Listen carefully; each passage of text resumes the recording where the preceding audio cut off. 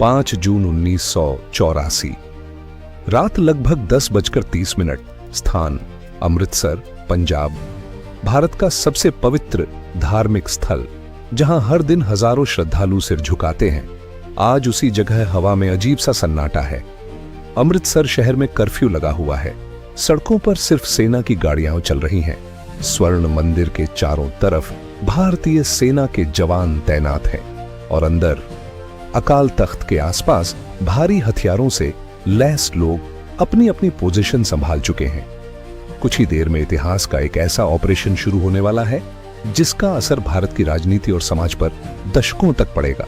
लेकिन सवाल यह है, आखिर उस रात स्वर्ण मंदिर के अंदर ऐसा क्या हुआ था जिसकी गूंज आज भी सुनाई देती है?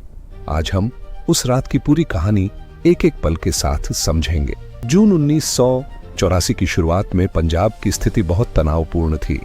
सरकार के अनुसार अमृतसर के स्वर्ण मंदिर परिसर में कुछ सशस्त्र समूहों ने अपना ठिकाना बना लिया था। उनका नेतृत्व कर रहे थे जरनैल सिंह भिंडरावाले। समर्थकों का कहना था कि वे धार्मिक और राजनीतिक अधिकारों की बात कर रहे थे, लेकिन सरकार को डर था कि मंदिर परिसर में हथियार जमा हो रहे हैं और यह जगह एक सशस्त्र केंद्र बनती जा रही है। स्थिति इतनी गंभीर हो गई कि सरकार ने एक बड़ा फैसला लिया। स्वर्ण मंदिर परिसर से सशस्त्र लोगों को हटाने के लिए भारतीय सेना को ऑपरेशन की जिम्मेदारी दी गई। इस मिशन का नाम रखा गया ऑपरेशन ब्लू स्टार। अमृतसर की घेराबंदी 1 जून 1984। अमृतसर शहर में अचानक भारी सुरक्षा तैनात कर दी गई। रेल सेवाएं रोक दी गईं, बसें बंद कर दी गईं और शहर के कई हिस्सों में कर्फ्यू लागू कर दिया गया। धीरे धीरे सेना ने स्वर्ण मंदिर परिसर को चारों तरफ से घेर लिया, लेकिन मंदिर के अंदर सैकड़ों लोग मौजूद थे। कुछ श्रद्धालु थे जो गुरुपर्व के कारण आए हुए थे और कुछ वे लोग थे जो हथियार लेकर अकाल तख्त के आसपास मौजूद थे। अब पूरे देश की नजर अमृतसर पर थी। 5 जून की रात, 5 जून 1984 की रात, अंधेरा धीरे धीरे अमृतसर शहर पर छा रहा था।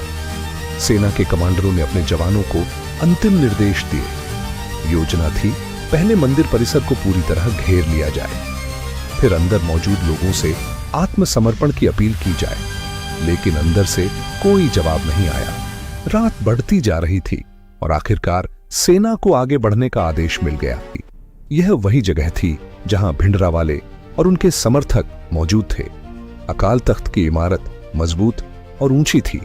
ऊपर से फायरिंग के लिए बेहतर पोजीशन मिल रही थी। सेना को अंदर घुसने में बहुत कठिनाई हो रही थी। हर कदम पर भारी गोलीबारी हो रही थी। ऑपरेशन का सबसे कठिन पल, रात लगभग 2 बजे सेना के कई प्रयासों के बावजूद अकाल तख्त के आसपास प्रतिरोध जारी था। स्थिति इतनी गंभीर हो गई कि सेना ने भारी हथियारों का इस्तेमाल करने का फैसला लिया। यह फैसला बहुत कठिन था क्योंकि यह जगह एक धार्मिक स्थल था, लेकिन ऑपरेशन को खत्म करने के लिए सेना के पास और कोई रास्ता नहीं बचा था। 6 जून 1984 सुबह होने से पहले सेना ने अकाल तख्त की तरफ निर्णायक हमला शुरू किया। भारी गोलीबारी के बीच जवान धीरे धीरे आगे बढ़ते गए। लड़ाई कई घंटों तक चली और आखिरकार सुबह के समय सेना ने अकाल तख्त के मुख्य हिस्से पर नियंत्रण हासिल कर लिया। इसी दौरान भिंडरावाले की मौत की खबर सामने आई।